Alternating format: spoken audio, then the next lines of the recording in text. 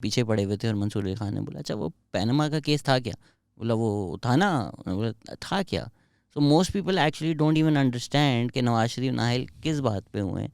तो I love for your take on it and मेरा personal opinion तो बहुत ही कम है इस जजमेंट का, बिकॉज ये लीगल प्रिंसिपल जो है सादिक और अमीन वाला, ये आप कहीं और कभी अप्लाई कर ही नहीं सकते। तो ये लीगल प्रिंसिपल आपने बनाया किस बेसिस पर है? देखिए, जो सबसे अच्छा आर्टिकल सादिक और अमीन पे लिखा है वो तो खोसा साहब ने, जब वो वकील थे आसिफ सईद खोसा साहब ने आर्टिकल लिखा जिसमें उन्होंने कहा ऐसे अनवर्केबल स्टैंडर्ड्स जो हैं वो जुडिशल स्टैंडर्ड्स कभी बन नहीं सकते। आप कैसे किसी को कह सकते हैं कि कौन सादिक है कौन अमीन है वगैरह, ये अपना ये एक जनरली आपकी कॉन्वर्सेशन में हो सकती है, but there is no judicially manageable standard through which you can say कि सदाकत का मैं आपको लकब दे रहा हूँ या नहीं दे रहा।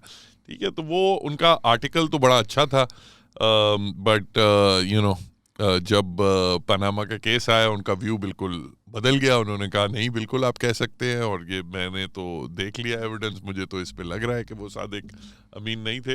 बट जो उसमें इफ़ यू रिकॉल खोसा साहब और गुलजार साहब की तो माइनॉरिटी जजमेंट थी, उन्होंने तो राउंड 1 में ही नवाज शरीफ को डिस्क्वालीफाई कर दिया था।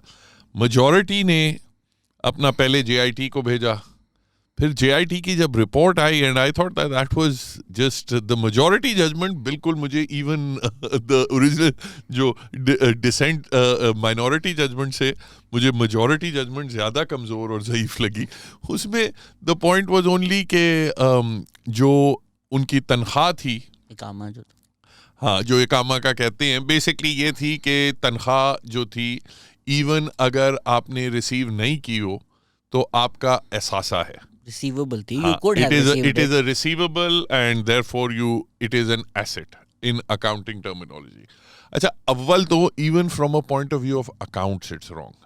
ठीक है, अगर आप एक्चुअली अकाउंटिंग टर्मिनोलॉजी में भी जाएं, कानूनी तो बाद में आए, इवन फॉर द देखें अकाउंट्स भी जो होते हैं आप या तो पर्सनल मेंटेन करते हैं, ठीक है, जो कॉर्पोरेट अकाउंटिंग में आपको ये होता है कि रिसीवेबल जो है वो एज एन एसेट शो करता है। मगर जब आप ये सोलो एज अ इंडिविजुअल आप अकाउंट्स मेंटेन करते हैं तो उसमें आप ये, मैं फॉर एग्जांपल किसी क्लाइंट ने मेरी फीस देनी हो तो मैं ये नहीं लिखता कि मेरे असासों में वो शामिल है, क्योंकि मुझे पता है ज्यादातर मेरे जो क्लाइंट्स हैं उनका हाल क्या है। ठीक है, असासा वो मेरा तब बनता है जब वो फीस उनकी जेब से निकल के मेरी जेब में आए। ठीक है, उसी तरह सैलरी का भी यही प्रिंसिपल है। माशाल्लाह जो मीडिया में जो दोस्त यार काम करते हैं उन्हें पता होगा, मीडिया हाउसेस 4-4 महीने तनख्वाहें नहीं देते, वो तो रिसीवेबल भी नहीं है वहां, तो कुछ रिसीव होगी ही नहीं। तो वो उनका असासा, अगर कोई हमारा सहाफी दोस्त जो है इलेक्शन लड़े तो वो ये नहीं करेगा, ये नहीं कह सकता कि फलां मीडिया हाउस ने मेरी 4 महीने की तनख्वाह देनी है, ये मेरा असासा है। और आजकल जियो नहीं तनख्वाह दे रहा, उनके एम्प्लॉइज प्रोटेस्ट कर रहे हैं in solidarity with Jio employees.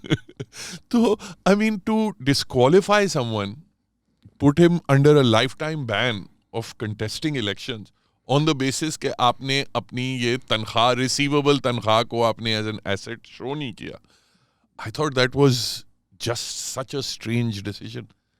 और वो फिर आपने और लोगों के केस में आपने वो स्टैंडर्ड नहीं अप्लाई किया। आपने इमरान खान के केस में आपने वो स्टैंडर्ड नहीं अप्लाई किया, और इमरान खान का केस में जो मोटा मोटा जो बात थी, जो नहीं उसे जो जेकेटी के साथ था, जो पैसे जो जेकेटी के साथ केस था, जिस केस में ये कहा गया था कि आपने एमनेस्टी क्लेम की।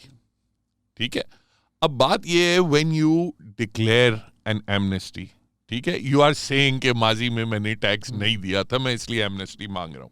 ठीक है,